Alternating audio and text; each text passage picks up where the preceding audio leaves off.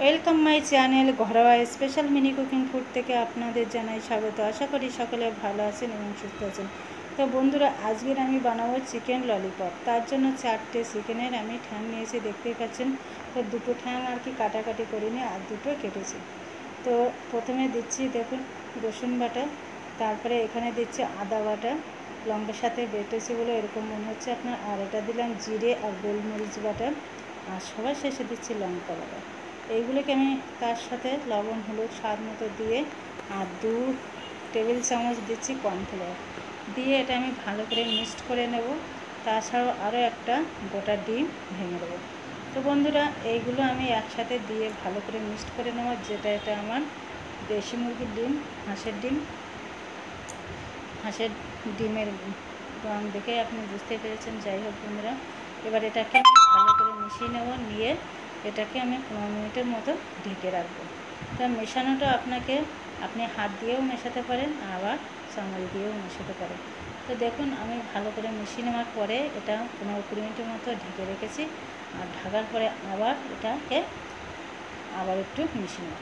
বন্ধুরা, আপনারা আরেকটা কাজ করতে পারেন, কারণ এই মশলাগুলো মাংসের ভেতরে ঢোকানোর জন্য ছোটো ছোটো করে সলিড মাংসের গায়ে একটুখানি ছিঁড়ে দিতে পারেন।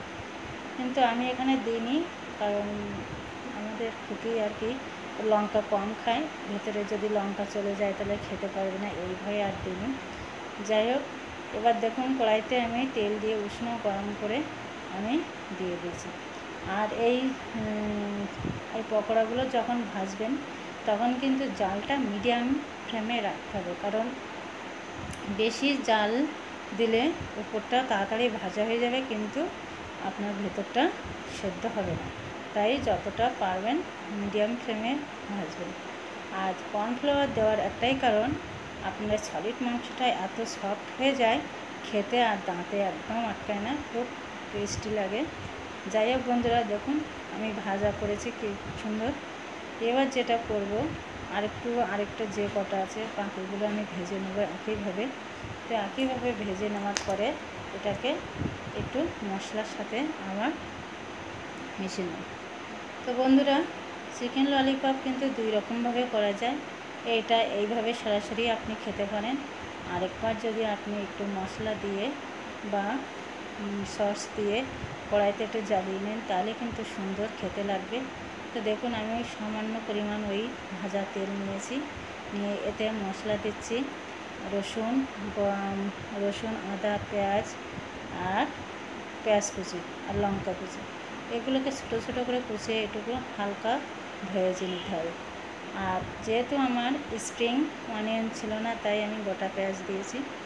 আর এবার দেব টমেটো সস 3 চামচ, আর দেব চিলি সস আপনি বাড়িতে বানিয়ে নিতে পারেন।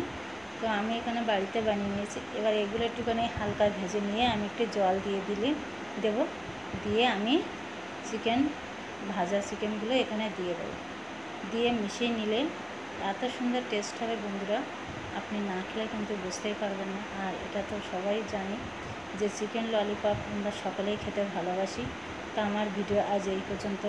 কেমন লাগলো অবশ্যই কমেন্টস করে জানাবেন, আর ভালো লাগলে অবশ্যই একটি লাইক দেবেন।